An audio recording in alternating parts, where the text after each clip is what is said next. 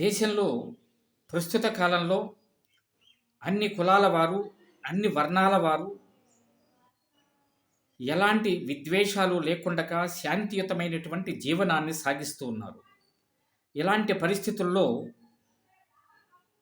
శాంతియుతమైనటువంటి వాతావరణం ఇష్టం లేనటువంటి వాళ్ళు కొంతమంది కులాల మధ్య, వర్ణాల మధ్య విద్వేషాలను, వైషమ్యాలను రెచ్చగొట్టే విధంగా భావోద్వేగంతో కూడినటువంటి ప్రసంగాలు చేస్తున్నారు.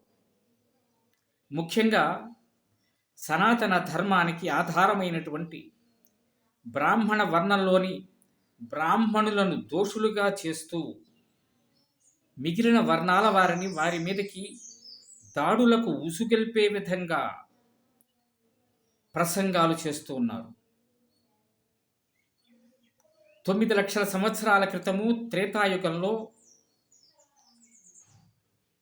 పరశురాముడు అనేటటువంటి ఒక బ్రాహ్మణుడు క్షత్రియులను 21 సార్లు భూమంతా తిరిగి సంహరించటం చేత కలియుగంలో క్షత్రియుల శాతం తగ్గిపోయింది అని చెప్పి క్షత్రియులను బ్రాహ్మణుల మీదకి ఉసిగొల్పే ప్రసంగాలు చేస్తున్నారు. నిజానికి పరశురాముడెవరు? సాధారణమైనటువంటి బ్రాహ్మణుడు కానే కాదు. ఆయన సాక్షాత్తు విష్ణువంశ సంభూతుడు.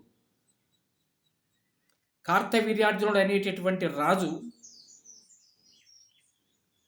జమదగ్ని మహర్షి యొక్క ఆశ్రమంలో ఉన్నటువంటి కామధేనువుని బలవంతంగా అపహరించుకుని వెళ్ళిపోతే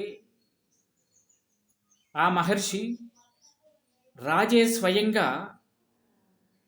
బ్రాహ్మణ సొత్తుని అపహరించకపోతే ఎవరికి చెప్పుకోవాలి అని చెప్పేసి సహనంతో ఉండిపోయాడు.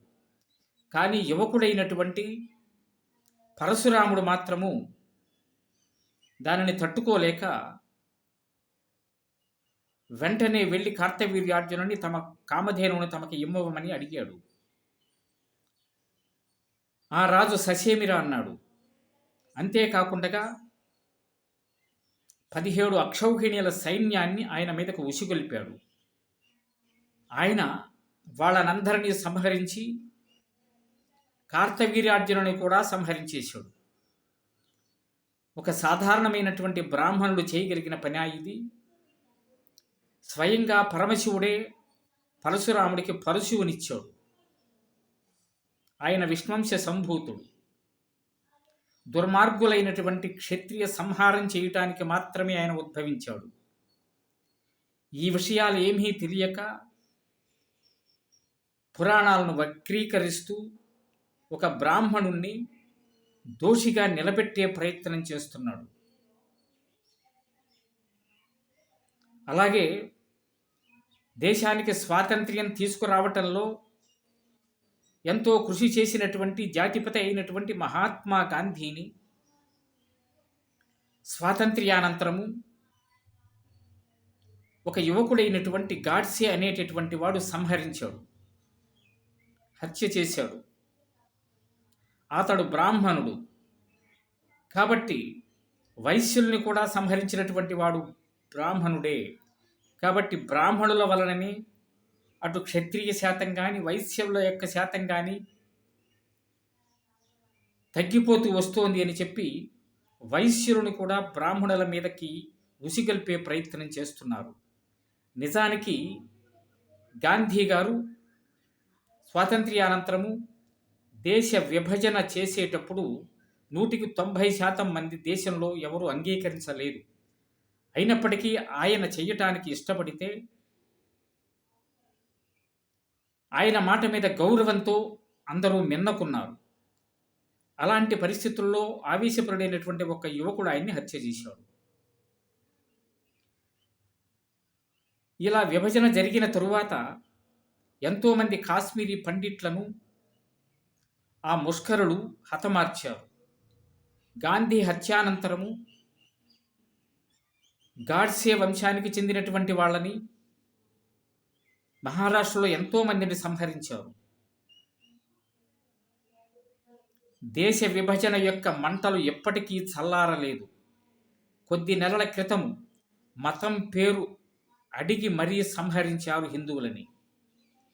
దేశ విభజన అనేటటువంటిది ఎంత చారిత్రక తప్పిదమో అలాగే గాంధీని హత్య చేయటం కూడా అంతటి చారిత్రక తప్పిదమే.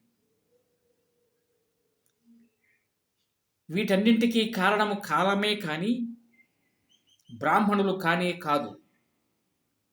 వీటన్నింటికీ బ్రాహ్మణులను మాత్రమే దోషులుగా నిలబెడుతూ మిగిలిన వర్ణాల వారిని బ్రాహ్మణుల మీదకి ఉసిగొల్పే ప్రయత్నం చేస్తూ వారి మీద దాడులు చేసే విధంగా ప్రసంగాలు చేస్తున్నారు. ఇలాంటి వాళ్ళని ప్రభుత్వం వారు వెంటనే కట్టడి చేయాలి. అలా కానట్లయితే దేశంలో అశాంతి నెలకొంటుంది. వాటన్నింటికీ కారణం ప్రభుత్వం వారే అవుతారు. ఈ విషయాలన్నింటినీ సమాజం గమనిస్తూ ఉండాలి. అలాగే ప్రభుత్వం వారు గమనిస్తూ ఉండాలి. అలాంటి భావోద్వేగపూరితమైనటువంటి ప్రసంగాలు చేసేటటువంటి వారిని కట్టడి చేయాలి. అప్పుడు మాత్రమే దేశంలో శాంతి నెలకొంటుంది.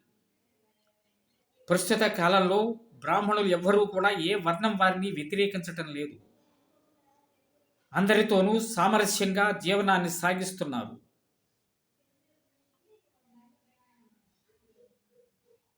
ఇలాంటి పరిస్థితుల్లో విద్వేషాలు రెచ్చగొట్టేటటువంటి వారిని ప్రభుత్వం వారు కట్టడి చేసే విధంగా ప్రయత్నము చెయ్యాలి అని సవినయంగా విజ్ఞప్తి చేస్తున్నాం. జై శ్రీరామ్.